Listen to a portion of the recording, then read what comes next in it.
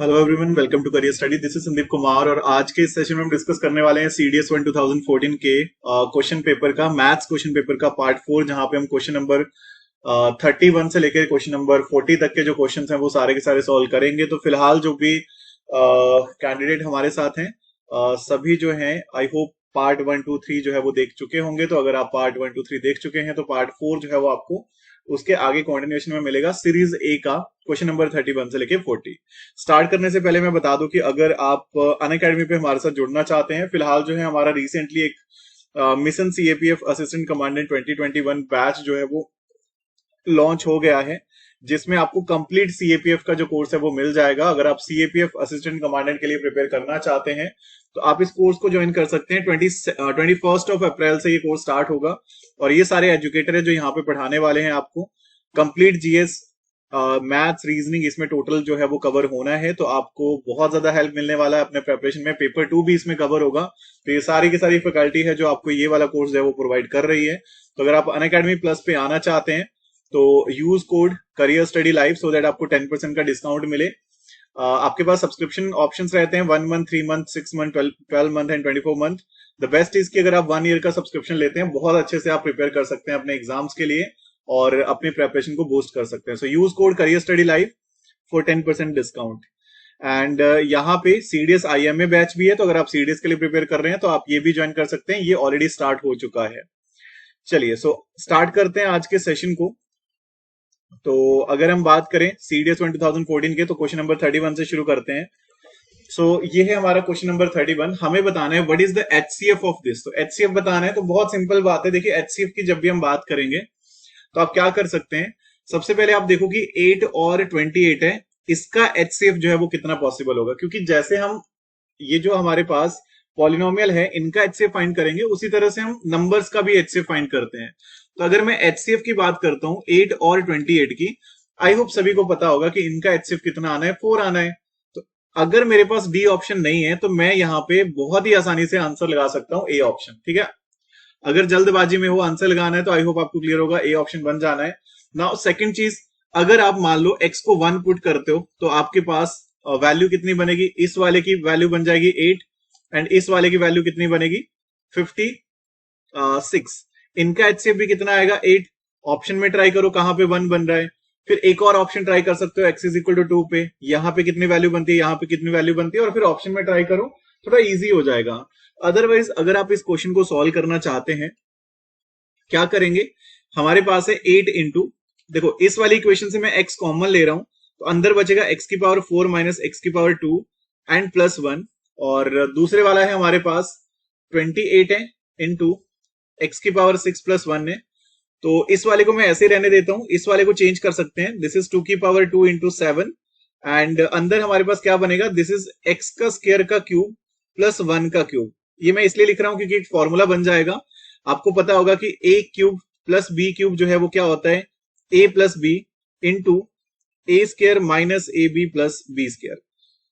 वही चीज हम यहाँ पे लगाएंगे तो ये क्या बनेगा, so this is equal to, या डायरेक्ट इसको मैं 4 इंटू 7 ही लिख रहा हूं और अंदर क्या बचेगा ए स्क्वायर यानी कि x की पावर 2 का square. So this is x की पावर 4 एंड पहले तो इसको मैं अगर a प्लस बी लिखूंगा, या चलो डायरेक्ट लिख देते हैं x स्क्वायर x की पावर 4 x की स्क्वायर प्लस 1, ये बन जाएगा, और एक बनेगा a प्लस बी यानी कि x स्क्वायर प्लस 1, और ये वाले फैक्टर हैं 8x इंटू एक्स की power 4 minus x square plus 1। Number का कितना हो जाएगा एचसीएफ 4। उसके बाद और कौन कॉमन है इनमें, ये वाला पूरा का पूरा कॉमन है, सो दिस इज एक्स की power 4 minus x square plus 1, that's it. So I hope आपको आंसर मिल गया होगा, इट शुड बी ए। जैसे हम नंबर्स का एचसीएफ लेते हैं उसी तरह से हम पॉलिनोमियल का भी एचसीएफ लेते हैं, ज्यादा कोई डिफरेंस नहीं आना है। क्वेश्चन नंबर 32 है, हमें कहा है कि 2 chair and 1 table cost are is 700। So let, अगर chair is x and table is y, तो मैं ये बोल सकता हूं कि 2x plus y is equal to, क्योंकि 2 चेयर है 1 टेबल है, is equal to 700 and 1 chair plus 2 table जो है वो 800 है। अगर इसको मैं सॉल्व करता हूं तो ये मेरे पास कितना बनेगा 4x plus 2y is equal to 2 से मल्टीप्लाई करा है 1400, और अगर इसको मैं सॉल्व करूंगा माइनस कर लेंगे तो ये कट हो जाना है, सो मेरे पास आना है माइनस का 3x is equal to minus का 600 सो आई होप एक्स की वैल्यू कितनी आ जाएगी 200, यानी कि जो चेयर है वो 200 रुपए की आएगी। एंड इसी तरह से टेबल जो है वाई जो है वो कितने का आएगा फिर 300 रुपए का।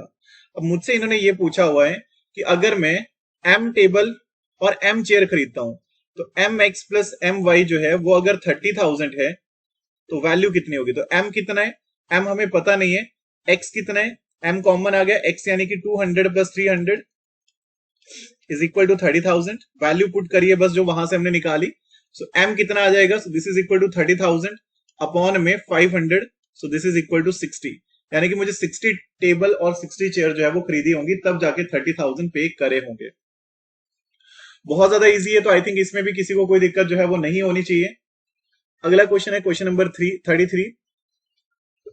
सॉरी, ओके, सो हमें कहा हुआ है कि कंसीडर द फॉलोइंग स्टेटमेंट, कुछ स्टेटमेंट है उनको कंसीडर करना है कि no integer of the form 4k plus 3 where k is an integer can be expressed as the sum of two square, कि हम उसको सम ऑफ टू स्क्वायर की फॉर्म में एक्सप्रेस नहीं कर सकते हैं। तो चेक करते हैं कि कर सकते हैं या नहीं कर सकते हैं एक्सप्रेस, वो हमें देखना पड़ेगा। सो कैसे चेक करेंगे, नाउ देखिए क्या कहा है, कोई भी जो हमारे पास इंटीजर है वो सम ऑफ टू स्क्वायर नहीं हो सकता है 4k प्लस 3 की फॉर्म का। अब कैसे हम ये चेक करेंगे, देखिए अगर मान लीजिए कुछ हम कॉम्बिनेशन ट्राई कर सकते हैं कि मान लो अगर k की वैल्यू जो है वो 1 होगी तो हमारे पास वैल्यू क्या आएगी 4 प्लस 3 7। अगर k की वैल्यू जो है वो 2 आएगी तो ये आएगी 4 इंटू 2 प्लस 3 यानी कि 11। एंड इसी तरह से अगर हम वैल्यू रखते हैं k की वैल्यू 3 रखते हैं, ये मैं जस्ट एग्जांपल ले रहा हूं, तो this is 4 into 3 plus 3, so this is equal to 15। तो मतलब ये इंक्रीज होता जाएगा 4 4 7 11 15, देन 19 आना है, देन 23 आना है। बस मुझे ये देखना है देन 27 आना है कि क्या ये किसी का स्क्वायर का सम हो सकता है। कोई भी दो इंटीजर के स्क्वायर का सम जो है वो 7 नहीं होता है, 11 नहीं होता है, 15 नहीं होता, 19। नाउ एक चीज तो हम ये बोल सकते हैं, ठीक है, तो यहां से हम इजिली जो है वो बोल सकते थे कि हमारे पास बन तो नहीं रहा है तो ये तो गलत होना चाहिए। बट अब प्रॉब्लम ये है, ठीक है, प्रॉब्लम ये है कि हम कंफर्म कैसे करें, मतलब इस चीज को हम कंफर्म कैसे करें कि ये बनेगा या नहीं बनेगा, क्योंकि हमें कंफर्म भी करना होगा। अब वैसे आपको पता है कि अगर मैं 1 का स्क्वायर और 2 का स्क्वायर करता हूं तो 5 आना है, 5 इसमें नहीं था। 2 का स्क्वायर 3 का स्क्वायर तो कितना आना है 13 आना है, 13 इसमें नहीं था, तो मतलब पॉसिबिलिटी तो नहीं है। बट क्योंकि लिखा है कि कोई भी नहीं हो सकता, तो क्या पता आगे चल के कोई बड़े नंबर्स पे बन जाए। तो ऐसी सिचुएशन में ऐसे जो क्वेश्चन होते हैं वो थोड़े से कॉम्प्लिकेटेड हो जाते हैं अगर आप उसमें हिट एंड ट्रायल करते हो, उसमें अगर आप पुट करना चाहते हो कि अच्छा ठीक है कोई वैल्यू पुट करते हैं। तो ये चीज मैंने इसीलिए बताई कि आप ये चीज समझ लो कि हम इसमें अगर ऐसे कर रहे हैं तो शायद हम गलत कर देंगे, जबकि उसका आंसर कुछ और हो सकता है। तो हम क्या करेंगे, हम यहाँ पे डिफरेंट चीज ट्राई आउट करते हैं। तो हमें क्या करना है, हम यहाँ पे ये समझते हैं कि कभी भी जो दो हमारे पास जो भी दो स्क्वायर होंगे उनका सम किस तरह का बन सकता है। मान लो मैं नंबर रख रहा हूं 2 and 3, तो दिस इज 4 प्लस 9, तो कितना आएगा 13 आएगा, ठीक है, ध्यान रखिएगा 13 आएगा। अच्छा अगर मैं रख रहा हूं 3 and 4 तो ये कितना बनेगा 9 प्लस 16, तो कितना आएगा 25 आएगा।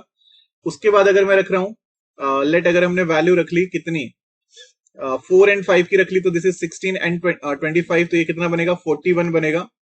अच्छा इसके बाद अगर मैं 5 and 6 रख लू तो ये कितना आएगा 25 and 36, तो ये कितना आ जाना है 61 आ जाना है। तो मतलब ऐसे अगर आप ध्यान से देखेंगे ना तो जो भी सम ऑफ स्क्वायर आता है ना वो कितना आता है, this is 12 plus 1, this is 24 plus 1, 40 plus 1, 60 plus 1, यानी कि 4 का मल्टीपल प्लस 1, 4 के मल्टीपल का प्लस 1 होता है हमेशा।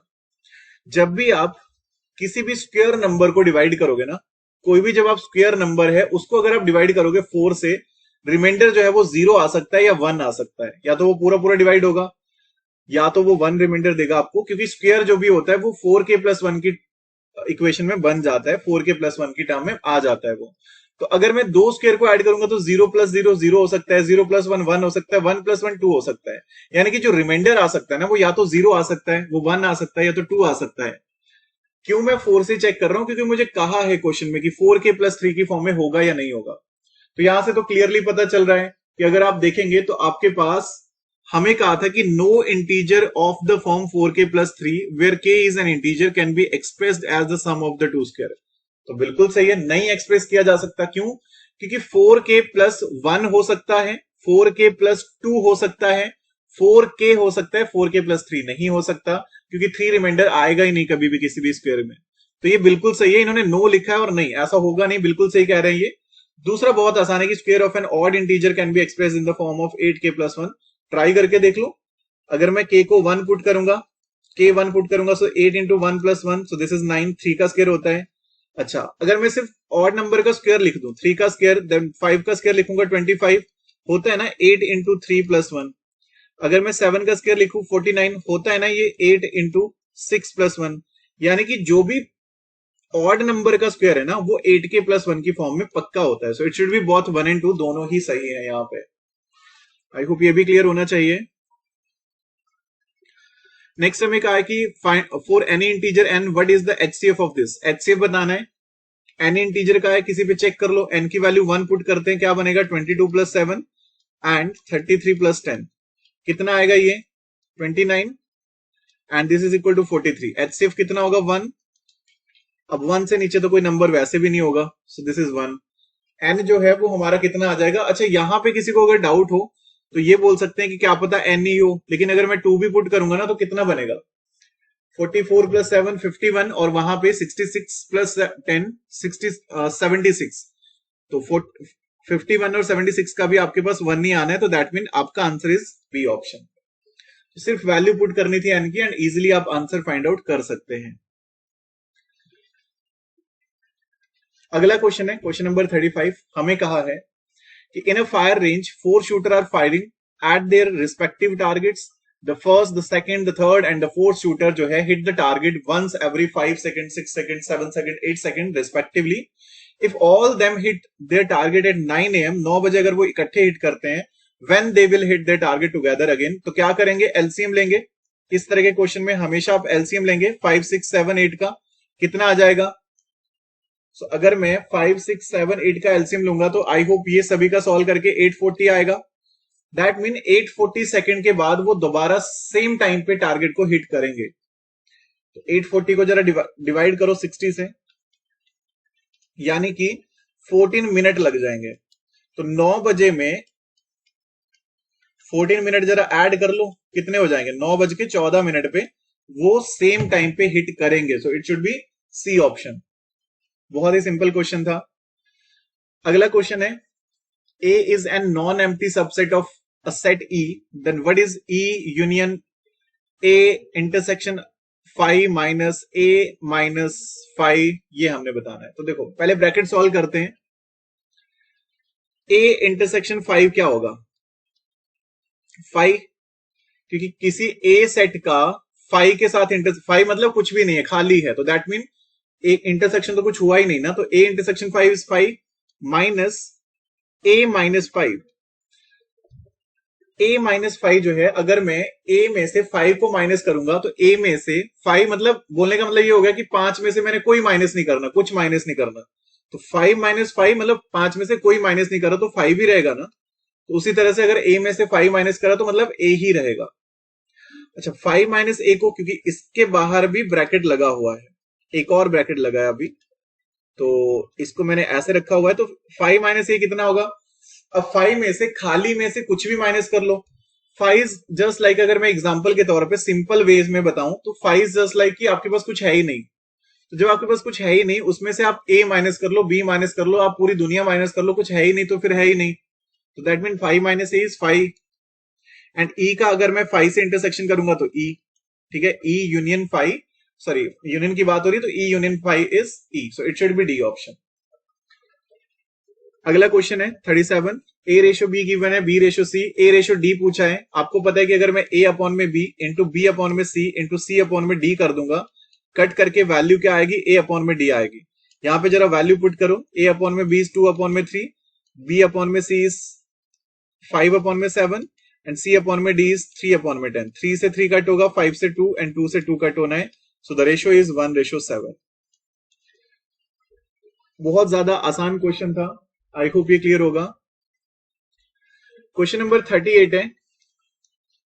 हमें कहा है कि if the average of A and B is 30, तो अगर A और B का एवरेज 30 है तो मैं A प्लस B 60 लिख सकता हूं, क्योंकि A plus B by 2 is equal to 30 है। सो दैट इंप्लाई मैं ये बोल सकता हूं कि A प्लस B जो है वो 60 होगा।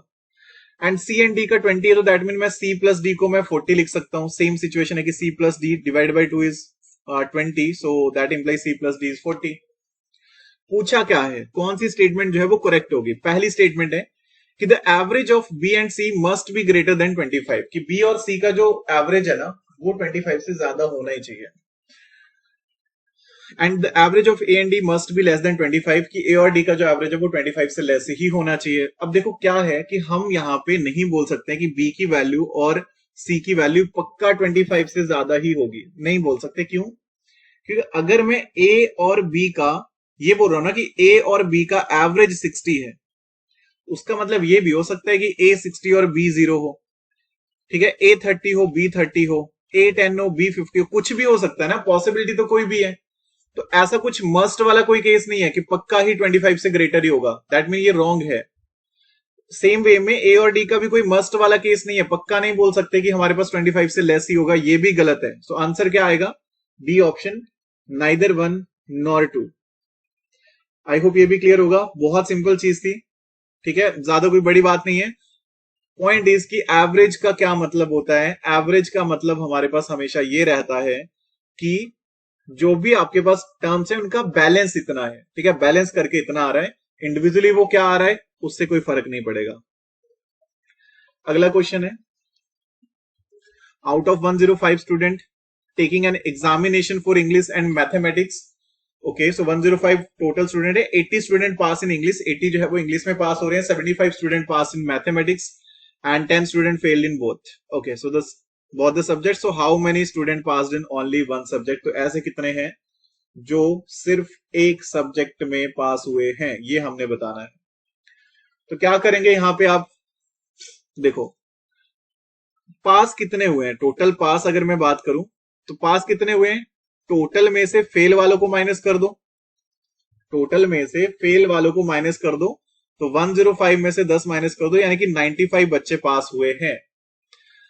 अब आपको पता है कि अगर मैं यहां से, अब दो तरह से क्वेश्चन को सॉल्व किया जा सकता है, वो आपके ऊपर डिपेंड है कि आपने कैसे सॉल्व करना है. अगर मैं यहाँ पे वो लगा लेता हूं फॉर्मूला, जो हमारे पास इसका फॉर्मूला रहेगा कि n of English union math क्या आएगा, n of English plus n of maths minus n of English intersection maths. Total pass हुए हैं 95, इंग्लिश में पास हुए हैं 80, मैथ्स में पास हुए हैं 75, कॉमन में कितने पास हुए, मान लो x, तो x की वैल्यू कितनी आ जाएगी, 60. सो आई होप ये क्लियर होगा कि कॉमन कितने पास हुए हैं. ऐसे कितने हैं जो इंग्लिश और मैथ्स दोनों में पास हुए हैं, वो कितने होंगे. सो इंटरसेक्शन में हमारे पास आ जाएगा 60. 60 बच्चे ऐसे हैं जो दोनों में पास हुए हैं. हमें पूछा है ओनली वन सब्जेक्ट में पास वाले कितने हैं, ऐसे कितने जो ओनली वन में पास हुए. अब अगर मैं एक डायग्राम से इस चीज को बनाना चाहूं, मान लो ये इंग्लिश है, ये मैथ्स है, कॉमन कितने 60, इंग्लिश में कितने हैं, इंग्लिश में टोटल जो है ना, टोटल इंग्लिश का कितना होना चाहिए, 80 होना चाहिए. 60 ये तो 20 ये बचेगा, 60 प्लस 20 80, इंग्लिश का 80 पूरा हो गया. मैथ्स का कितना है, मैथ्स का आपको पता है कि मैथ्स का टोटल होना चाहिए 75, 60 ये तो 15 ये हो गया. तो ऐसे कितने जो ओनली एक सब्जेक्ट में पास हुए. ये वाला जो पोर्शन है ये सिंगल सब्जेक्ट में पास हुए हैं, ये वाला जो पोर्शन है ये मैथ्स में, ओनली मैथ्स में पास हुआ, तो टोटल हो गए 35. C option. ठीक है, सो ओनली में अगर आपको ओनली मैथ्स निकालना है, ठीक है, इस चीज को ध्यान रखिएगा, अगर मैं ओनली मैथ्स निकाल रहा हूं तो मैं क्या करूंगा, मैथ्स में से माइनस कर दूंगा इंग्लिश इंटरसेक्शन मैथ्स, यानी कि 75 में से 60 माइनस करूंगा तो 15. और अगर मैंने ओनली इंग्लिश निकालना है तो क्या करूंगा, इंग्लिश में से माइनस करूंगा इंग्लिश इंटरसेक्शन मैथ्स, यानी कि 80 में से 60 माइनस करूंगा, सो दिस इज 20. तो 20 ये 15 ये, सो दिस इज 35. लास्ट क्वेश्चन है आज के सेशन का. हमें पूछा हुआ है कि at what point of time, कितने बजे, आफ्टर 3 o'clock 3 बजे के बाद कितने बजे आर एंड मिनट हैंड जो है वो राइट एंगल पे होंगी फॉर द फर्स्ट टाइम. कितने बजे, 3 बजे के बाद कितने बजे मिनट और आर वाली जो सुई है वो राइट एंगल पे होगी. अगर आपने क्लॉक का थोड़ा सा बेसिक कॉन्सेप्ट करा होगा, आपको ये बहुत अच्छे से पता होगा कि जो मिनट वाली सुई है वो 1 मिनट में 6 डिग्री चलती है, और जो आर वाली सुई है वो 1 मिनट में 0.5 डिग्री चलती है. तो उनकी जो रिलेटिव स्पीड होती है, ठीक है, जो उनकी रिलेटिव स्पीड होती है वो होती है, क्योंकि सेम डायरेक्शन में चलेंगी तो सेम डायरेक्शन में स्पीड माइनस होती है, तो 6 माइनस 0.5 5.5 डिग्री पर मिनट। दोनों सुइयों की जो रिलेटिव स्पीड होती है वो होती है 5.5 डिग्री पर मिनट, यानी कि 1 मिनट में 5.5 डिग्री वो चलती हैं। अब देखो 3 बजे क्या होता है, 3 बजे उनके बीच में ऑलरेडी 90 डिग्री का एंगल है, ठीक है। हमें यह बताना है कि 3 बजे के बाद उनके बीच में 90 डिग्री का एंगल कब बनेगा। अगर मुझे 3 बजे के बाद राइट एंगल बनाना है ना, तो मुझे कितना एंगल कवर करना होगा। पहले तो मुझे ये एंगल खत्म करके, क्योंकि मिनट वाली सुई पीछे है, वो आगे चलती जाएगी और 3 को टच करेगी, किसी पॉइंट पे जाके वो कोइंसाइड करेगी ना, उसके बाद दोबारा आगे निकल जाएगी। तो पहले तो मैं यहां तक आते आते ये 90 का एंगल 0 बनाऊंगा, और 0 के बाद वो आगे चलते चलते कहीं पे ऐसी सिचुएशन आ जाएगी कि उनके बीच में कुछ ऐसी सिचुएशन होगी कि वो 90 डिग्री बन जाएगा। मतलब ये घड़ी की सुइयां चलते चलते कहीं तो ऐसी सिचुएशन बनाएंगी। दैट मीन मेरा टारगेट क्या है, मेरा एम क्या है यहाँ पे, कि पहले मुझे वो 90 डिग्री खत्म करना है, उसके बाद मुझे 90 डिग्री और बनाना है। तो मुझे ओवरऑल 180 डिग्री कवर करना पड़ेगा। अब अगर आपने क्लॉक का कॉन्सेप्ट करा होगा तो आपको ये समझ में आएगा, अदरवाइज कमेंट सेक्शन में बताइएगा। मैं कोशिश करूंगा कि एक सेशन रखूं क्लॉक पे, आपको बहुत इजीली समझ आ जाएगा। सो 180 डिग्री का टारगेट हो गया, पहले मुझे ये 90 खत्म करना है और उसके बाद 90 अचीव करना है। तो अब आपको पता है कि अगर मैं 1 मिनट में रिलेटिव स्पीड में 5.5 डिग्री चलता हूं, 11/2 डिग्री चलता हूं, तो 180 डिग्री चलने में मुझे कितना टाइम लगेगा। यूनिटरी लगा रहा हूं, 11.2 जो है वो नीचे जाएगा, so this is equal to 360 upon में 11। तो इसको अगर मैं सॉल्व करूंगा 360 अपॉन में 11, तो कितना आ जाना है, it should B 3 into 8/11, 32 into 8/11, तो इतना टाइम आ जाना है। तो एक बार चेक कर लीजिएगा, हाँ 32 इंटू 8/11। तो 3 बजे के बाद इतने मिनट के बाद ये दोबारा राइट एंगल बनाएंगी, तो D is the correct answer, 3 घंटे और 32 इंटू 8/11 मिनट में। तो आई होप आपको ये क्वेश्चन समझ में आए होंगे। कोई भी डाउट होगा कमेंट सेक्शन में जरूर आंसर करते रहिएगा। तो अभी करते हैं इस सेशन को ऑफ। आई होप आपको ये सेशन अच्छा लगा होगा। मिलते हैं आपसे अगले सेशन में। तो सभी को फिलहाल मेरी तरफ से thank you. So stay safe, keep preparing, have a nice evening and जय हिंद।